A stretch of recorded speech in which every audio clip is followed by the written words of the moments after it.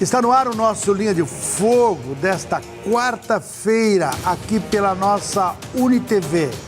Sejam todos bem-vindos, que prazer tê-los aqui na nossa UniTV, no programa Linha de Fogo. Muito obrigado pelo carinho, muito obrigado pelo abraço. O programa Linha de Fogo tem a apresentação desse seu amigo Haroldo Silva Udura. A direção técnica hoje de Lucas Felipe e toda a sua equipe. A direção geral do jornalista Hildo Silva.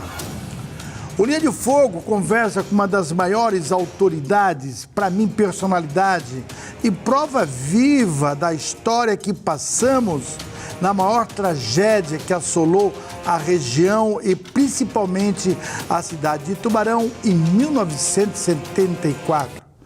É com essa personalidade que eu considero que vou conversar hoje, porque esse viveu a história, está aqui para contar para nós o que aconteceu. A história estão nos livros, nos anais, enfim, mas saber de tudo o que aconteceu é uma honra muito grande poder receber aqui Dr. Hermoto José Ferchucci, ex-prefeito. Que honra tê-lo aqui, doutor, seja bem-vindo. Queria dizer que a honra é minha, né, que eu conheci como professor das minhas filhas no Colégio São José, certo? Então, sempre fomos grandes amigos aí, inclusive de lides políticas, certo? Verdade.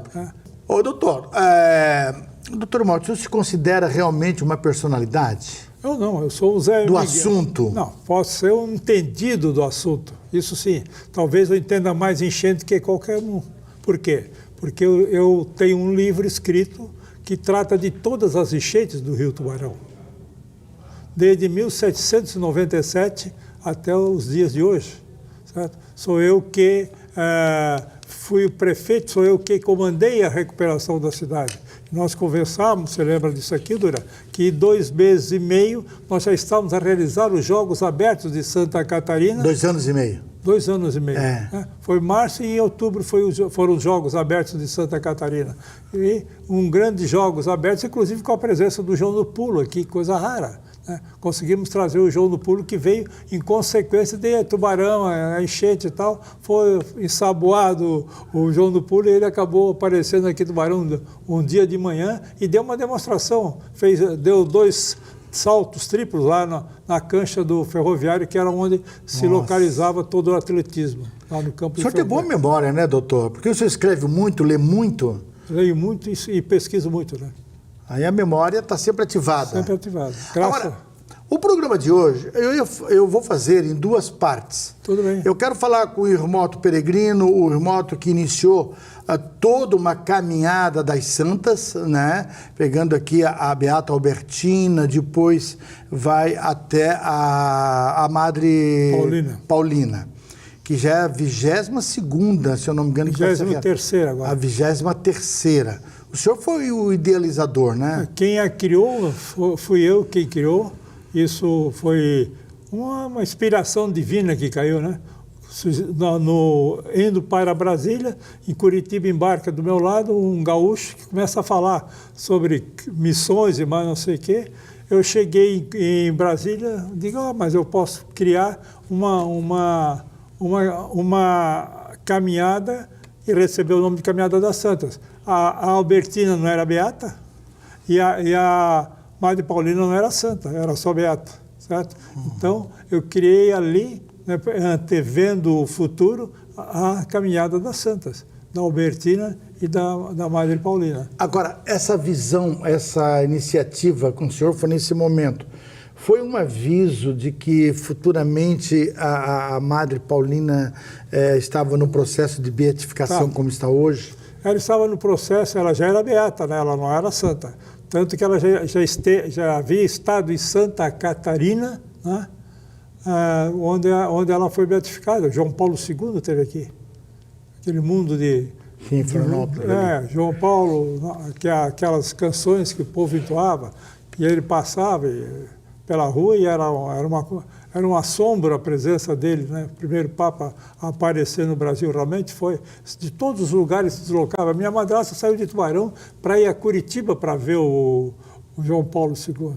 e teve a oportunidade dele passar bem pertinho, né? Nossa. Viu, de perto. Agora, pelo que esse primeiro assunto que nós estamos tratando, o senhor se considera, o senhor é um homem de fé, doutor Imoto? Sou. Médico, tal, ciência, o senhor é homem de fé? Sou. É mesmo? Eu sou. Não, acredito em Deus acredito muito na Madre Paulina, na Albertina, e acredito no meu São Pio, né? O Pio de São Leopoldo. Não, Pio de Pietrelcina. O Pio, Padre Pio. O Padre Pio. Aquele que tinha as chagas iguais de Cristo. Né? Esse Padre Pio. E agora, essa caminhada, eu quero falar que se iniciou na terça-feira, se eu não me engano, é dia 25 que se iniciou, né? Sim, exatamente. Essa caminhada. Hoje o senhor só vai dar o apoio. Quem que comanda? Quantas pessoas estão caminhando nesse exato momento? Veja bem, quem a criou eu decidia tudo e organizava tudo, toda, né? A caminhada todinha, a reserva, né? Distribuía a quarta, aquela coisa todinha, até a 18ª. Depois eu entreguei isso para o Pedro Hermínio, para o Cid Chaveiro e para o Rogério de Soligério. Eles hoje aqui decidem, eu não decido mais nada. Embora eles me tratem muito bem, me chamam de chefe, né? Qualquer lista que sai lá, doutor Imoto é o cabeça, né? Mas eu não apito mais. Eu sou consultado, mas não apito. O senhor fez 15 caminhadas? Eu fiz 15 andando e 3 de bicicleta. 3 de bicicleta. No início, como é que era, doutor Imoto, essa caminhada? Eram poucas pessoas, senhor, dos médicos? Nós saímos os 4 médicos daqui de Tubarão. 4 médicos. Eu, o Clodomir, que hoje mora em Bituba, Alzheimer adiantado, o Claudionor e o Volney. Saímos de Imbituba também. Saímos lá da paróquia, lá, da igreja principal, lá de frente para o mar. Saímos de lá, fomos ao hospital, as freiras nos deram um café e saímos da frente do hospital.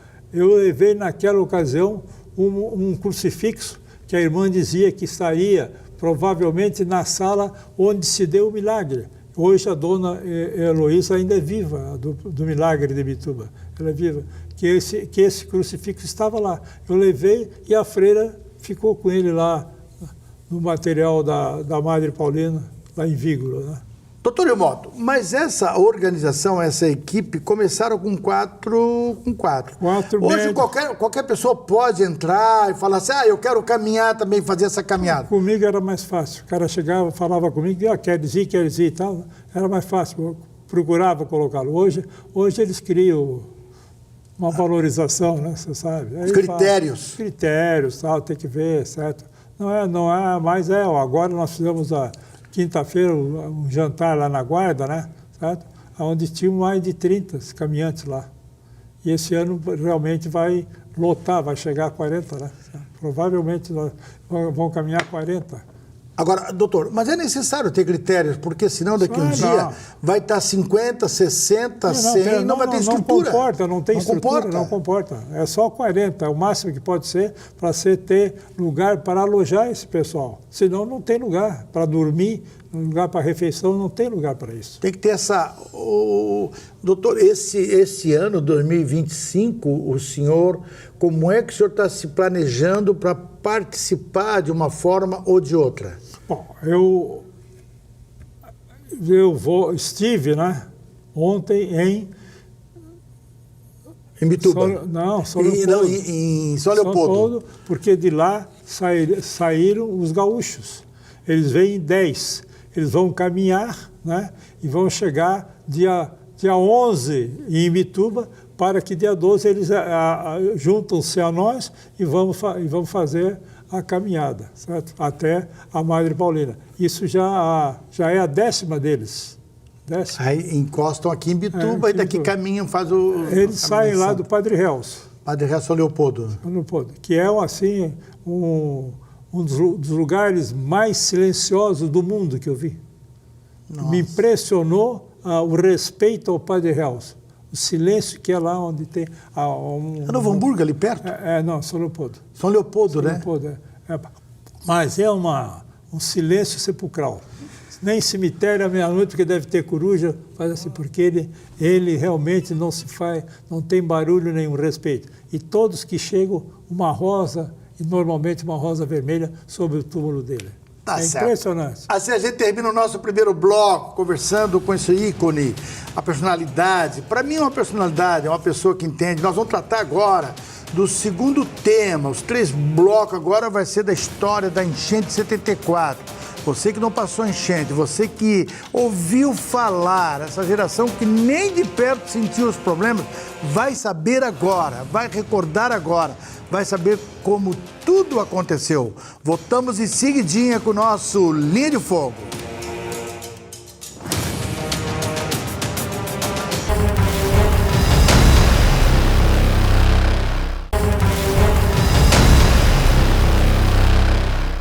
Estamos de volta com o nosso Linha de Fogo desta quarta-feira, conversando com o Dr. Irmoto, ex-prefeito da cidade de Tubarão, por 2 oportunidades. Mas numa delas foi um grande desafio da sua vida como gestor, como homem de fé, enfim, que foi em 1974, na qual uma enchente assolou a nossa cidade. Eu tinha 20 anos naquela época, né? Mas eu estudava fora e vim 2 dias depois. Eu não passei o perrengue que esse pessoal todo da época passaram. Mas antes, eu gostaria de agradecer o portal Notisul e seu diretor, né, o Fernando da Silva, que me autorizaram a usar a entrevista que o Notisul, o portal Notisul, fez com o Dr. Irmoto na última sexta-feira, por ocasião da enchente de 74. Como eu achei uma entrevista muito bem bolada, uns temas muito bem elaborados, eu procurei transmitir muitos daqueles assuntos para essa entrevista de hoje aqui no Linha de Fogo. Muito obrigado ao Notisul por ter autorizado, ao portal Notisul por ter autorizado esse empréstimo, digamos assim. O senhor sabia que o senhor deu várias entrevistas agora, este ano, né, 2025, sobre a enchente. O senhor se lembra de alguma? Nem lembra, foram tantas, né? Tem 2. Esse celular que tocou aqui, são 2 ou 3 meninas esperando lá, para me entrevistar. Depois tem mais um grupo de 5 ou 6. Quando eu falo que o senhor é uma personalidade, o senhor não concorda comigo. Tu é uma personalidade. Sou o Zé. Não sou nada disso, porque eu sou um mortal. Historiador. Tu és também. Você é um grande historiador, escritor e historiador. Doutor Irmoto, nós vamos tratar 3 blocos sobre isso, que para mim é histórico. E quando eu converso com alguém que participou diretamente, é uma coisa assim, realmente muito importante para o jornalismo, acima de tudo. O senhor lembra como tudo começou, doutor Irmoto? Quantos dias de chuva antes? Era um momento muito difícil, naquele março de 1974? O março de 1974 choveu quase todos os dias, certo? E na véspera, na sexta-feira, nós fomos, eu e o doutor Tasso, nós fomos a Florianópolis. Falamos, inclusive, com o governador, né, dizendo que o rio estava subindo, descia, subia, descia e tal, e que nós voltaríamos para Tubarão, mas já antevimos assim que poderia existir a possibilidade de um transbordamento do rio. Quando voltamos à noite, corremos, não tinha a ponte do Morrote, nem a do quartel. Corremos toda a margem esquerda e pudemos ver o rio lá no limite e tal. E aí, no dia seguinte, de madrugada, por volta das 5 horas da manhã, eu fui acordado com um amigo meu, dizendo que lá no Capivari o rio Tubarão estava transbordando. Lá começou o transbordamento do rio Tubarão. Ah, foi lá no Capivari. No rio Capivari? No rio Capivari. Aí ele já foi com um caminhão me acordar. Um caminhão, e eu lembro bem, era um Mercedes azul, de caçamba, e aí nós fomos para o Capivari, realmente estava transbordando. Agora, isso foi do dia 22 para 23 e 24, ou 23 e 24? Não, para 22 para 23, para sábado. Tá? Mas como é que era feita a comunicação nesses dias de transtorno, doutor Irmoto? Olha, você tinha que ir, né? O pessoal da prefeitura vivia só, pô, e aí, prefeito, agora, tal. E nós criamos o comando militar. O Major Varela era o comandante, eu era o subcomandante. E aí nós decidimos o que fazer. Agora, doutor Irmoto, O Exército, o comandante Varela, Sim. ele foi importante no processo. Tem um episódio na história que contam que ele foi na Rádio Tubá e meio que proibiu a informação para não alarmar a população. É fato? É verdade isso? Ele não esteve, ele pediu que não alarmasse a população. Certo? E daí o pessoal, você sabe, mas é que já havia tido um imbróglio com um radialista lá quando ele pediu para esvaziar o quartel. Ele pediu, você sabe qual é o cara que é a notícia, e tinha um cara que não queria sair, né, queria ficar lá no quartel. Ele pediu para sair todo mundo, né, que não fosse militar. E aí o cara encostou a baioneta no cara e foi empurrando. Nossa, foi que era um momento muito difícil, a decisão era toda ali, era o senhor como prefeito e o quartel na época? Era, aí o cara saiu, e ali nasceu, tudo que foi de ruim, eu acho, nasceu a fruto daquele episódio ali. Agora, o senhor lembra, doutor Imoto, de alguma tragédia o senhor viu, o senhor lembra, presenciou ou lhe contaram de alguma tragédia naquele momento, naqueles dias de aflição? Por exemplo, o senhor contou para mim que houve um parto de alguém que até que é vivo hoje, Jaguaruna. Como é que é essa história? Não, eu vivia na Barra do Camacho, porque a Barra do Camacho, meu pai aprendi com meu pai que em 28, quando ele era prefeito, a enchente só diminuiu, só baixou o nível das águas quando a barra estourou. Nós vamos falar sobre isso em seguida. Então, o que aconteceu?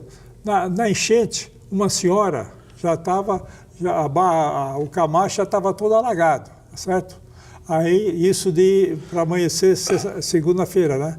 E uma senhora entrou em trabalho de parto. Colocaram-na numa canoa e foram levando.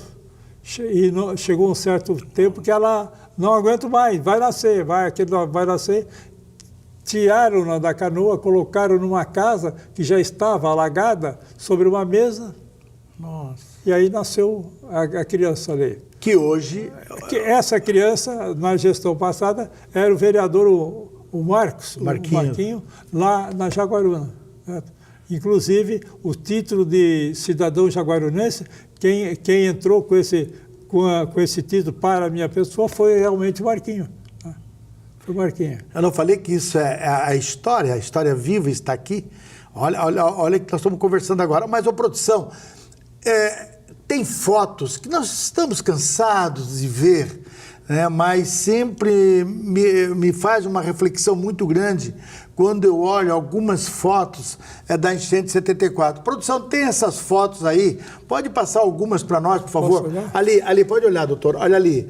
Ali é da ponte principal. Lá é a margem esquerda, né? Lá é a margem esquerda. Que é a antiga HM ali e tal. HM, exatamente. Né? E aqui é a delegacia. Ali na direita é o presídio, era ali, né? Olha só, vai passando. Essa foto aí ali nos 60, o trilho entortado, né? Foi aí que acabou, realmente, nunca mais fizeram aquele transporte ferroviário até Lauro Miller. Exatamente. Foi por causa disso aí, né? Por causa disso aí. Destruiu tudo, doutor, ali? Tudo, né? Destruiu. Não, e lá de Pidotiba para Olhei, levou as margens do rio todinha, né? Nossa, e aí, deixa eu ver aqui, botar o meu óculos... Essa parte, aí já é a parte lá do bairro Guarani, aquela região lá. Ali a ponte que dá na Catedral, na Coronel ali, ó. Ali é Coronel Colasso. Que dá lá na esquerda, Coronel Colasso. Meu Deus. Isso aí era no dia 24, já estava baixando, doutor? Provavelmente. Já estava baixando. Essa foto... Essa aí sim. Nossa. Essa é uma das melhores fotos. Falta aqui uma foto que eu tenho de um caminhão, certo? Uma carreta que devia estar carregada com trigo na frente da padaria aqui naquela travessa entre a beira do rio e a Expedicionário, em frente à padaria do Mário Botega, certo? Tem uma carreta ali. A água só está meia lona livre, o resto é tudo água. Vai passando, não sei se tem mais alguma produção, de repente deve ter mais alguma. Essa aí é uma tela do Vili Zumblick. Essa tela, esse quadro, ele retrata o maior artista Vili Zumblick, Seu amigo particular foi, né? Ele é meu parente, inclusive meu primo. Primo, né? Essa tela, ele retrata o momento em que as pessoas iam buscar mantimento, a distribuição de mantimentos. A mãe do Vili e a minha mãe eram primas irmãs. Olha só. E aí, doutor Irmoto, a catedral, eu falei no meu programa de rádio, que a catedral hoje está precisando do abraço do povo de Tubarão para poder recuperar lá toda a estrutura da catedral. Aí eu disse assim, a catedral que abraçou todo aquele povo de 74, depois outras pequenas enchentes, enfim, todo mundo pensa na catedral. A catedral foi importante nessa hora, nesse processo, naquele momento? A catedral ficou lotada, não cabia mais ninguém. Você tem uma foto, inclusive, uma foto que eu peguei uma criança. Isso.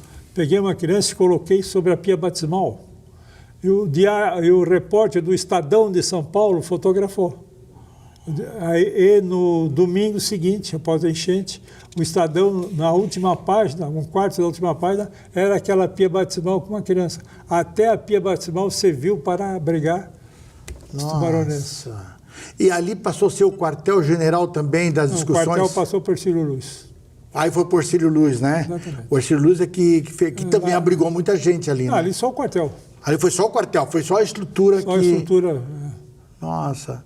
Ô, doutor, quando nós vamos falar no terceiro bloco, eu quero falar de uma tragédia que é contada pelo senhor e por outros escritores também, da história do Caruru. Toda uma família que é contada hoje. Mas nós vamos deixar para o terceiro bloco, porque eu quero saber também do papel do governo federal naquela época, né? E é muito importante que se fale isso. Muitas vezes, o governo federal não fez coisa parecida naquela época. Muito pelo contrário. Inclusive a redragagem. Fez e muito. Fez e muito. Voltamos em seguidinha, agora com o nosso terceiro bloco. Já fique aí contando essa história que realmente é fascinante, hoje com o doutor Irmoto José Ferrucci, que foi o nosso prefeito da cidade em 1974. Voltamos já.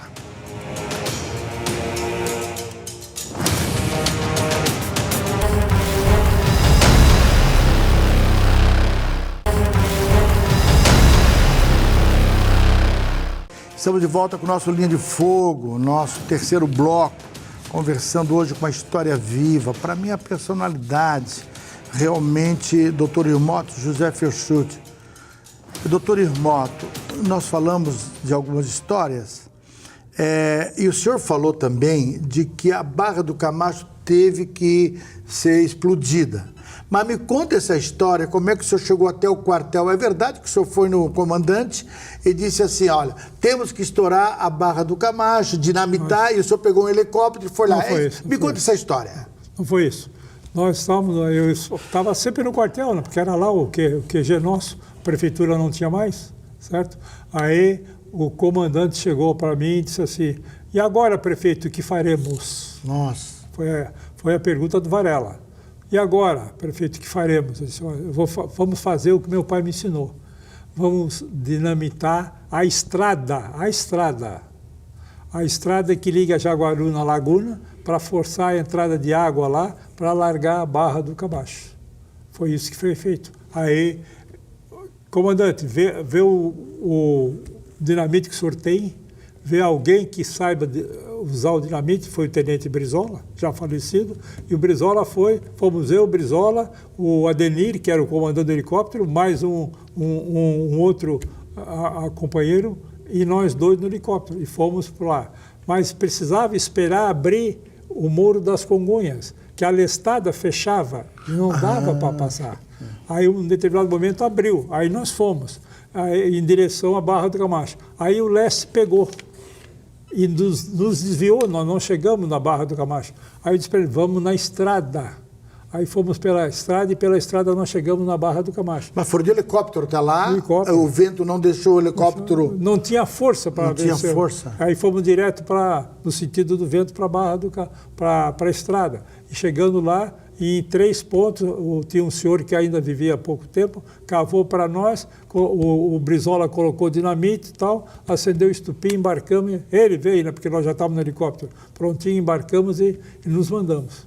Agora, e é verdade também que depois que a barra abriu, que ela foi estourada, a água realmente em poucos dias ela começou a baixar?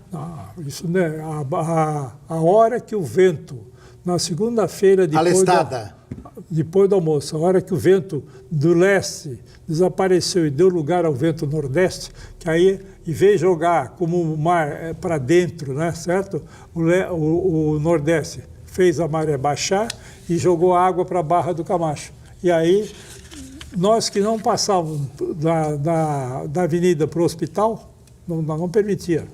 O volume de água não permitia passar, nem de carro. Aí nós, às 5 horas da tarde, eu lembro bem que eu fui a pé até a Souza Cruz, na época a Souza Cruz, que hoje é o shopping. Fomos andando a pé para ver o que tinha acontecido por lá e voltamos. E também já algumas pessoas já começaram, né? Aí a voltar para casa para ver o que tinha acontecido, essas coisas todas. Mas foi a partir da mudança do vento, porque não tinha a estrada foi dinamitada, e aí aumentou o fluxo de água lá, e por volta da meia-noite e pouco, estourou a Barra do Camacho. Estourou. Aí estourou. Levou, abriu aqueles 200 metros de largura, né?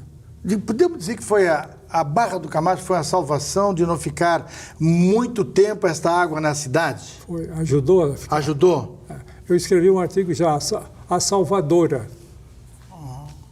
A Barra do Camacho. Salvou em 75, salvou em 28 e salvou em 1897. Nossa! As 3 grandes enchentes foram salvas pela Barra do Camacho.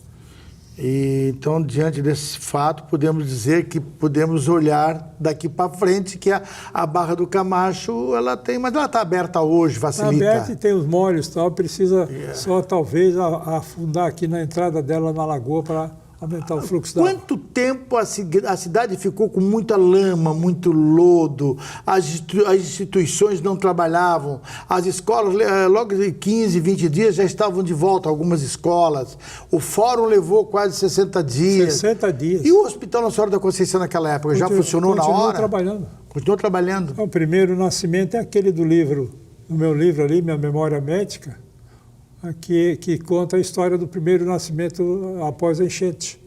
Uma senhora lá do Rio São João, lá de São Martinho, lá. A prefeitura era ali no antigo Ataliba, por ali? Não, a prefeitura era ali em cima do centro de compras.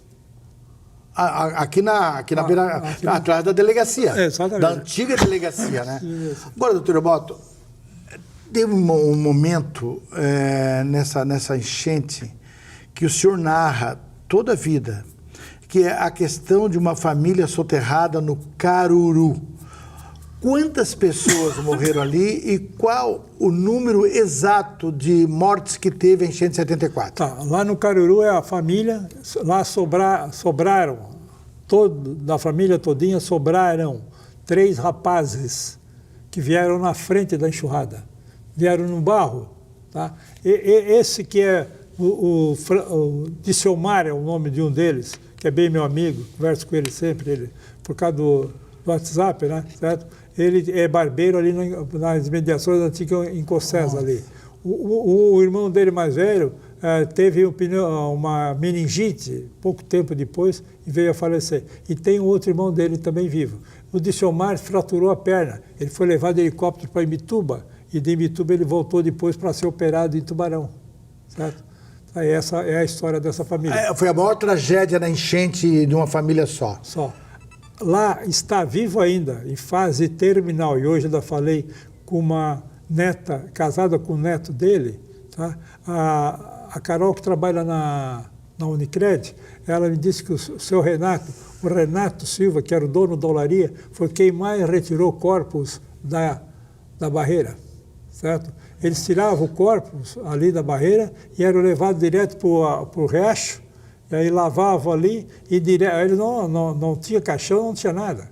E direto para a cova lá no cemitério do Caruru. Agora, foram 156 óbitos. Tá, vamos fazer o cálculo aqui. Vamos fazer. Olha só. Aqui apareceu um cara do Ministério da Agricultura que ficou 2 dias no Sul e fez um dossiê sobre a enchente e colocou 193 mortos e mais 3 desaparecidos. É o trabalho dele, tá? Certo? 193 desaparecidos. Mas aí ele colocou 31 em Praia Grande. Praia Grande não é o Vale do Tubarão. Praia Grande é o Vale do Mampituba. Na Praia Grande não morreu ninguém. Os que morreram ali foi 19, do outro lado, no rio Mampituba, no lado do Rio Grande do Sul. Lá morreram 19. Eu estive lá e fiquei 1 dia e meio lá, falando com o pessoal. O pessoal lá do Mampituba, eles salvaram-se pendurados nas árvores, de domingo de manhã até segunda-feira, depois do almoço. Foi um negócio triste lá. Certo? E tinha lá uma professora que mora do lado da capela e na frente era da casa do pai dela, que lembra. Ela ficou não sei quantos meses sem comer galinha, porque os caras pegavam as galinhas da enchente e só depenavam e assavam e comiam. É uma fome. Certo? Ela contou-me isso aí, eu tenho foto dela no meu livro sobre as cheias. Tá? E ali, tira esses 31 de lá, de Praia Grande, que não existiram. Tá? Aí você tira dos 31 do Gravatal, são só 6. 3 do Gravatal, 3 dos gaúchos que morreram porque caíram lá, são 25 a menos. Já são 56 a menos. Tira isso de 193, você vê que cai para cá. Certo? E esse número que eu dou é dado oficial porque são todos com registro do cartório. De óbito, todo registro de óbito. Registrado. Às vezes chegavam as pessoas, o fato, eu não sei se é fato. É verdade. É verdade de que também tinha uma vala atrás do cemitério principal nosso, que era a vala da enchente. A vala Como comum. é que era identificada essas pessoas? A vala comum. Existiu mesmo essa vala, doutor? Existiu. Ainda tem o filho do casal que mora lá, em cima da vala. E a vala existia e a senhora que morava ali fez um canteiro de flores em cima da vala. Nossa. Tá? Aí, o que aconteceu? Tinham 17 corpos ali, 17 corpos só. Aí 5 eram identificados. E quem cuidava disso era o doutor Haroldo Silva, lembra? Doutor Haroldo Silva, na entrada do cemitério, ele estava lá cuidando.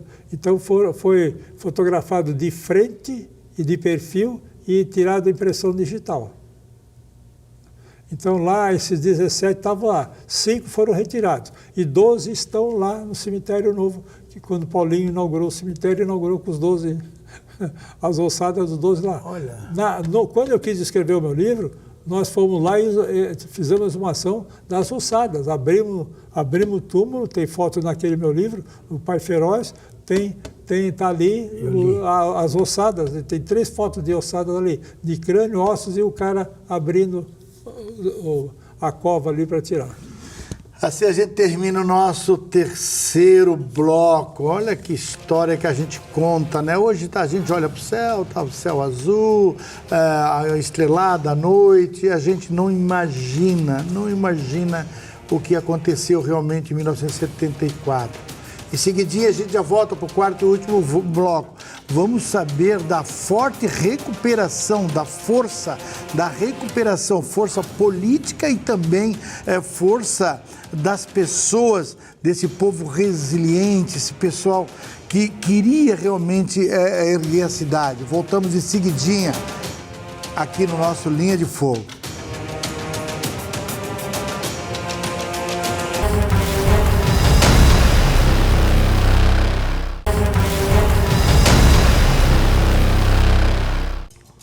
Estamos de volta com o nosso Linha de Fogo, aqui conversando hoje com o doutor Hermoto José Verschutt sobre a história, algumas histórias de 74. Porque se for para contar toda a história, um programa só não dava. Mas, doutor, nós contamos a tragédia, contamos fatos. A cidade, em 2 anos, a cidade se recuperou. A força do seu povo, a força política, principalmente, que o senhor exercia naquela época.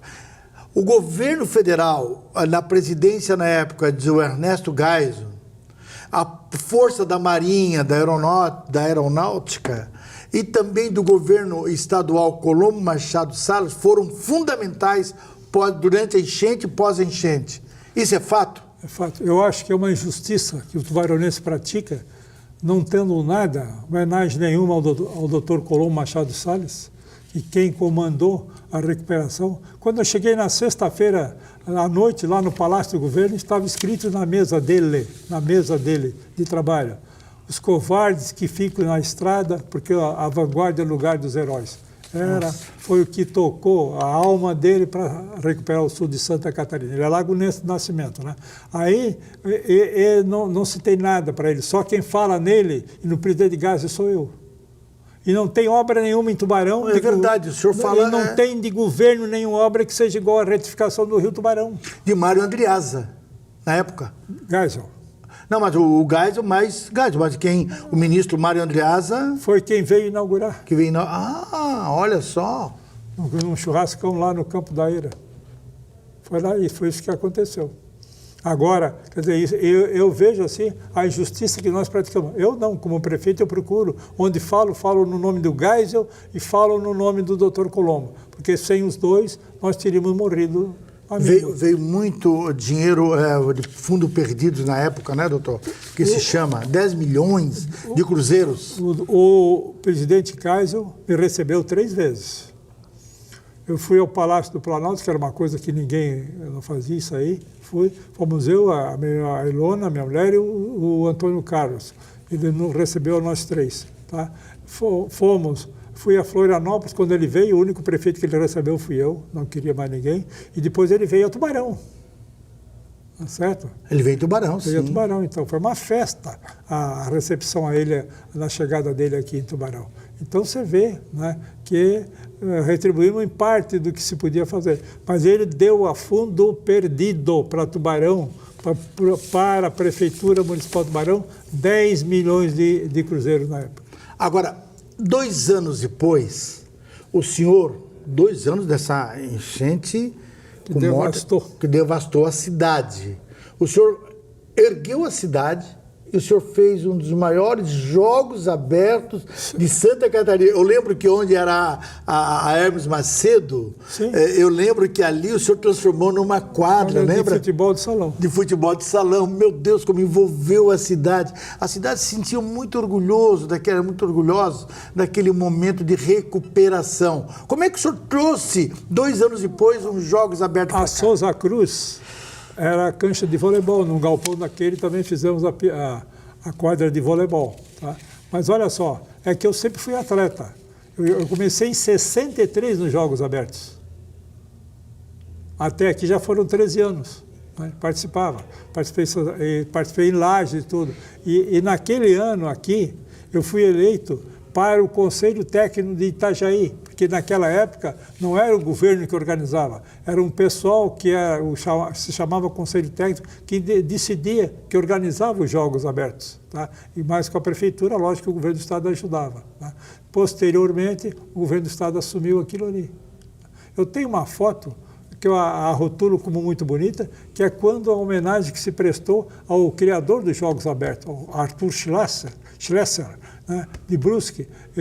Quando eu estou falando na homenagem que se prestou a ele no Palácio do Governo. Né.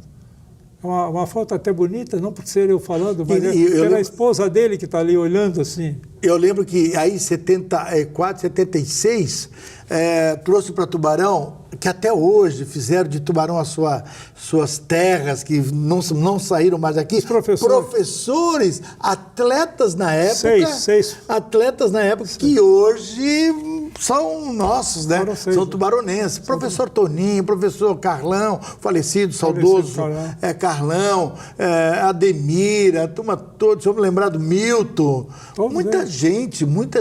Foram 6 que vieram do interior. Mas era um envolvimento muito grande. Eu também li, doutor Irmoto, de que caiu um helicóptero na época do resgate na Catedral. Caiu um helicóptero ali perto, no lado da Catedral. É fato? Atrás caiu e ontem, domingo, eu tive a oportunidade de falar com a proprietária da casa, atrás do local que o helicóptero caiu. E até eu não sabia do que ela relatou-me ontem. Ela disse, não, caiu realmente o Irmoto, e inclusive o helicóptero quebrou uma árvore. Tinha uma árvore ali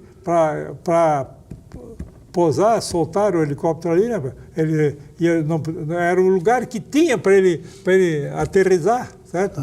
Para não ter um desastre maior. Então ele jogou ali, machucaram-se só escoriações, o pessoal do helicóptero e tal, mas foi ali atrás da catedral ali.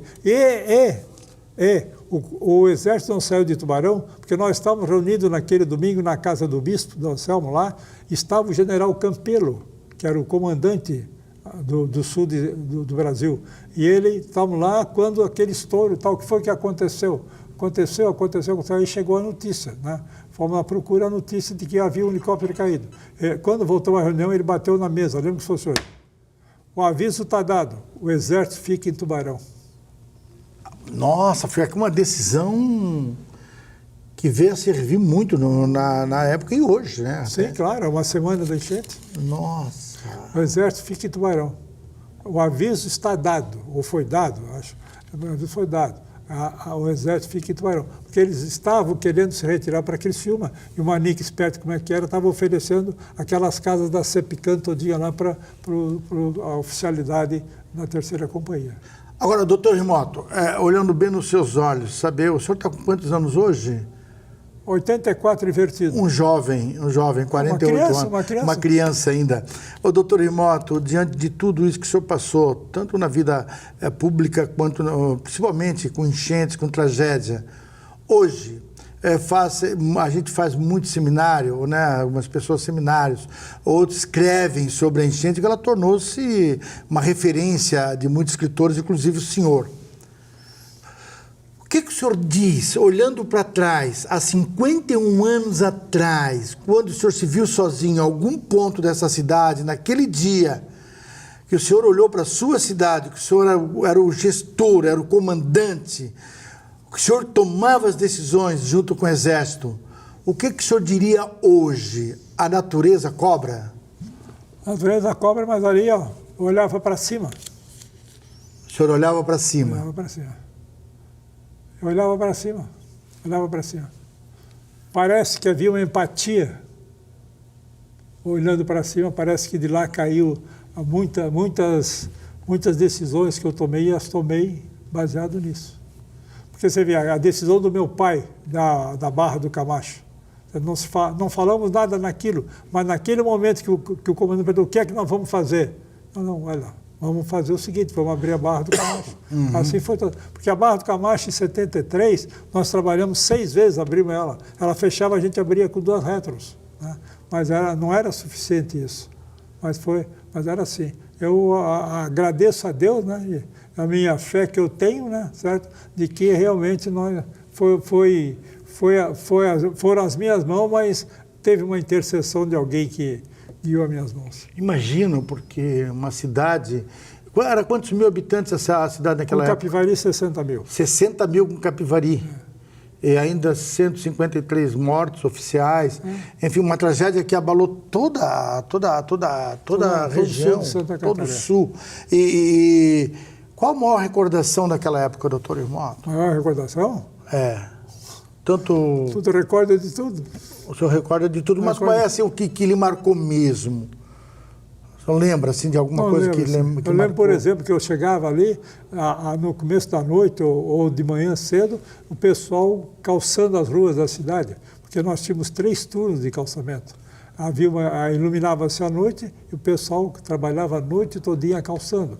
Isso foi para Isabel, Augusto Severo, para que Rui Barbosa, para que o tráfego se restabelecesse. E com isso a cidade se recuperava. Era assim, quer dizer, eu era um guri de 32 anos, cara. A senhora era prefeito com 32 anos. Eu fui eleito com 31 anos. Nossa. Até hoje ninguém foi eleito. Mais jovem, tem gente mais jovem que assumiu. Mas eleito mesmo, o mais jovem de todos os tempos sou eu, com 31 anos. Eu fui eleito prefeito de Tubarão com 30 anos, sem nunca ter sido vereador, sem nunca ter sido nada.